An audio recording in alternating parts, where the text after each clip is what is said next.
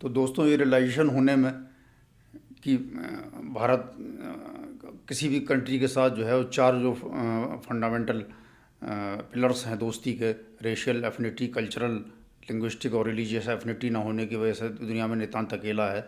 इसमें कोई बहुत निराश या भयभीत या आशंकित होने की आवश्यकता नहीं है, क्योंकि कोई भी कमी और है, कोई प्रॉब्लम है, वो जितनी जल्दी उसका रियलाइजेशन हो जाए उतना ही अच्छा।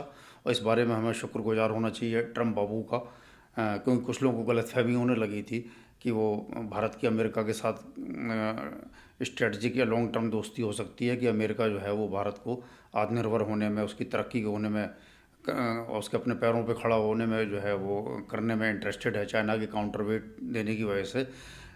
तो ट्रम्प बाबू ने वो एक ही झटके में निकाल दी। उन्होंने जो जहर उगला है और उन्होंने उनके अधिकारियों में वो पूरे दुनिया के इतिहास में बेमिसाल है।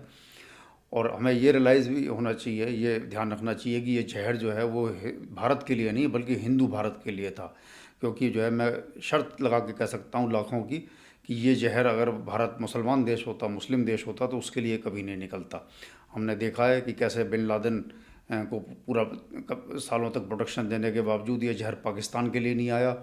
20 में से 19 जिहादी सऊदी अरबिया के होने के बावजूद भी, जो जिन्होंने वर्ल्ड ट्रेड सेंटर में 9/11 किया था, वो उसके लिए नहीं आया। कतर के लिए नहीं आया, जिसका पूरा एलीट अमेरिका के खिलाफ जो है वो इस षड्यंत्र में शामिल था। लेकिन वो भारत के लिए, जिसने कभी कुछ बिगाड़ा नहीं था, वो जहर उतर आया। खैर, अब जो हुआ जो हुआ। अब हम लोगों को ये बात रियलाइज़ करनी चाहिए कि जो है दुनिया एक बहुत तेज़ी के साथ जो है एक डॉग ईट डॉग या कहें बिग फिश स्मॉल फिश युग में प्रवेश कर रही है। और जिसमें जो है वो ये तीन जो देश कल्चर्स हैं अलग अलग, इस्लामिक, क्रिश्चियन और चाइनीज़ इम्पेरियलिस्टिक, ये जो है वो भारत नाम की जो गाय है, इसको फड़ खाने के लिए तैयार बैठे हुए हैं।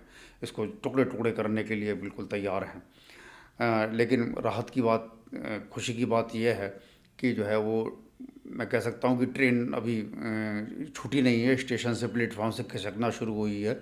और हम इसको दौड़ के पकड़ सकते हैं, बशर्ते जो है जो रास्ते में आने वाले जो हमारे ऑब्स्टिकल्स हैं प्लेटफॉर्म तक पहुंचने के, वो उनको हम जल्दी से जल्दी दूर कर सकें।